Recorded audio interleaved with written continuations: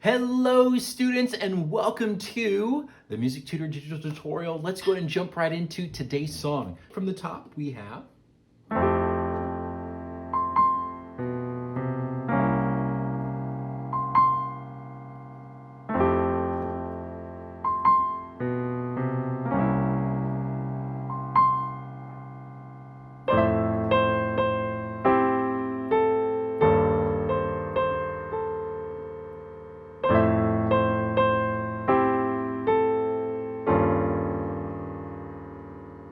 all right, and that is just about every part that we've gone over with both the right and the left hand.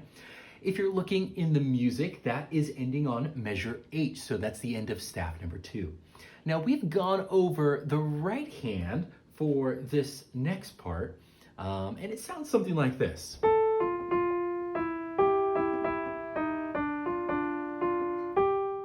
Now, I have a left hand laid out for us and a couple of techniques that we'll be going over.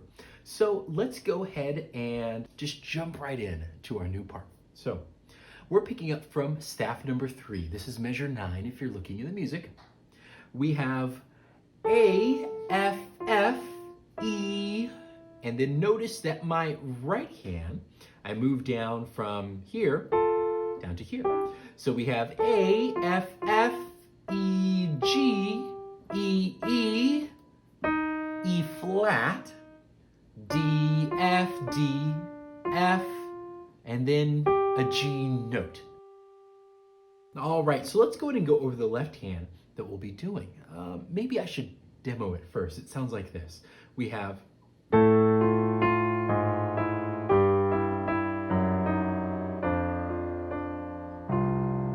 we'll be going little arpeggio there. That's really nice. All right, so let's go ahead and put the right and the left hand together.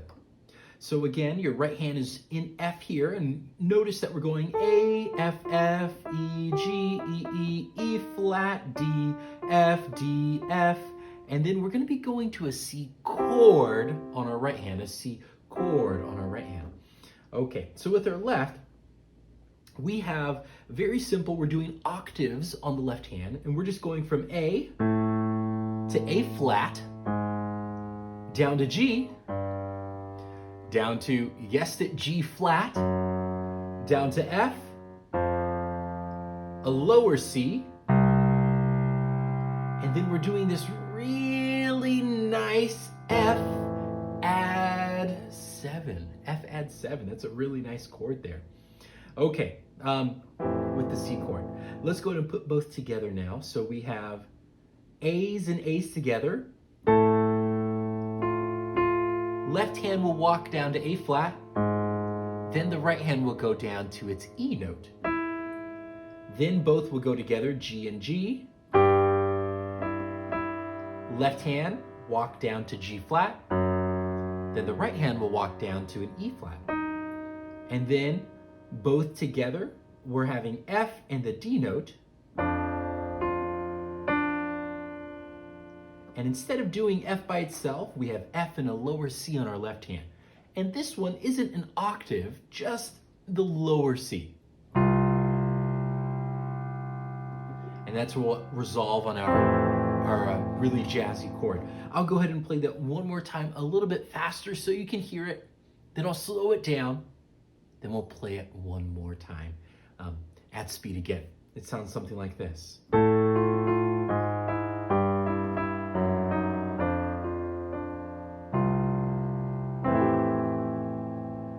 And now slower, we have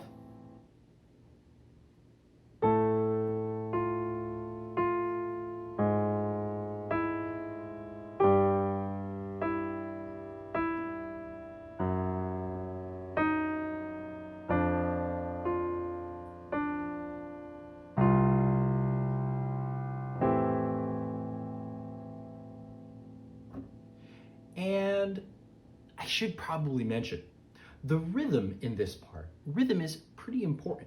We start off playing A and A again, so we have left goes first, walking down, and then the right will follow with another walk down. So we have walk down, Left will walk down, then the right hand.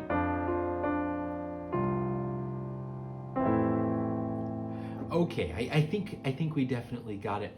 Go ahead and pause the video and see if you can put that first left hand part down together, the left and the right hand together. When we come back, I'm going to go ahead and help us to segue between the previous part we've learned in a in-person class and put it together with what we've learned today, and also show you a little bit in the music, a little bit of notation in the music. All right, I'll see you when you come back.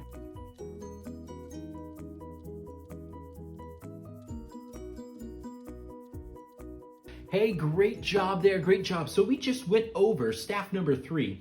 In the music, it sounds like...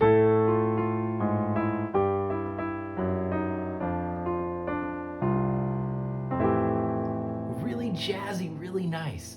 Okay, now let's go ahead and try to put together what we played previously and this new part now, starting from staff number 2. Staff number 2, it says Christmas time is here. Just know that to the left of our treble clef and bass clef, we have 2 lines, one of them's thick, one of them's thin, and then 2 dots. Now this is a starting repeat sign, if we go ahead and move on down now to the staff just below that, measure 12, so the last measure of the next staff, we see that we have a number 1 over that measure. Go 1 measure after that, which is the next staff down, and we have a number 2 over that measure, measure 13. This is telling us the number 1 is the first ending and the number 2 is the second ending. So notice that we have the repeat starting at measure 5. We'll play, and that's where we have this, right? Happiness and cheer. Now we're going down to the second staff, and that's again our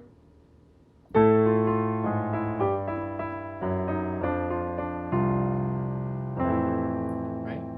And then we'll repeat again, starting from measure number 5. And don't play it as fast as I'm doing. That's probably bad technique to show you. I'm speeding through for the sake of the video.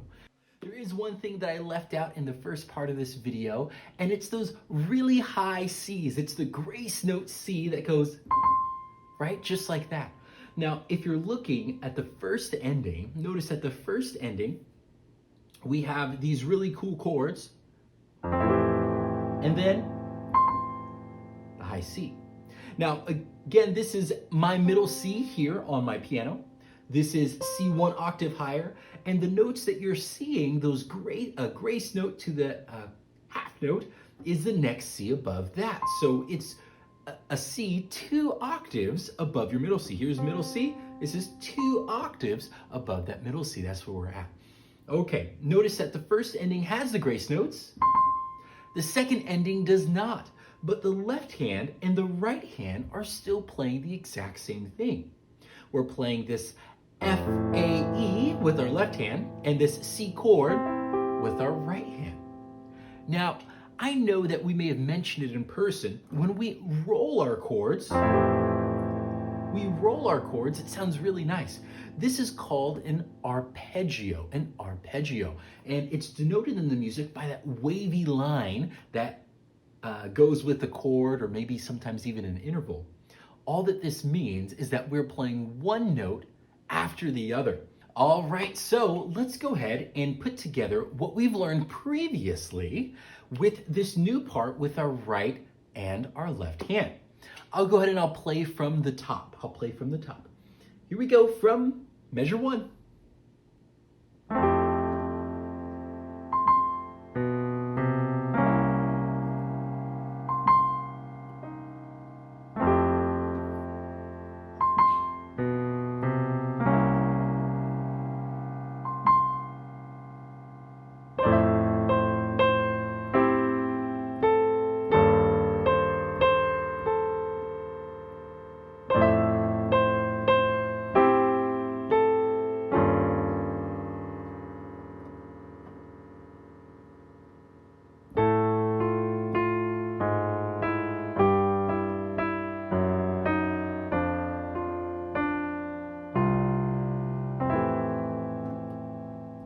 grace notes and return back to the second staff,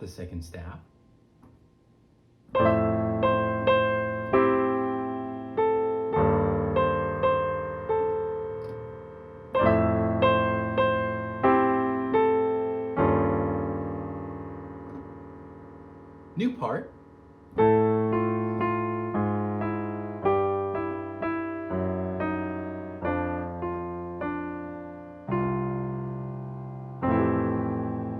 And that's the second ending. Okay, go ahead and pause the video and see if you can put the beginning part together with our new part. I'll see you guys in our next video. Thanks. Bye.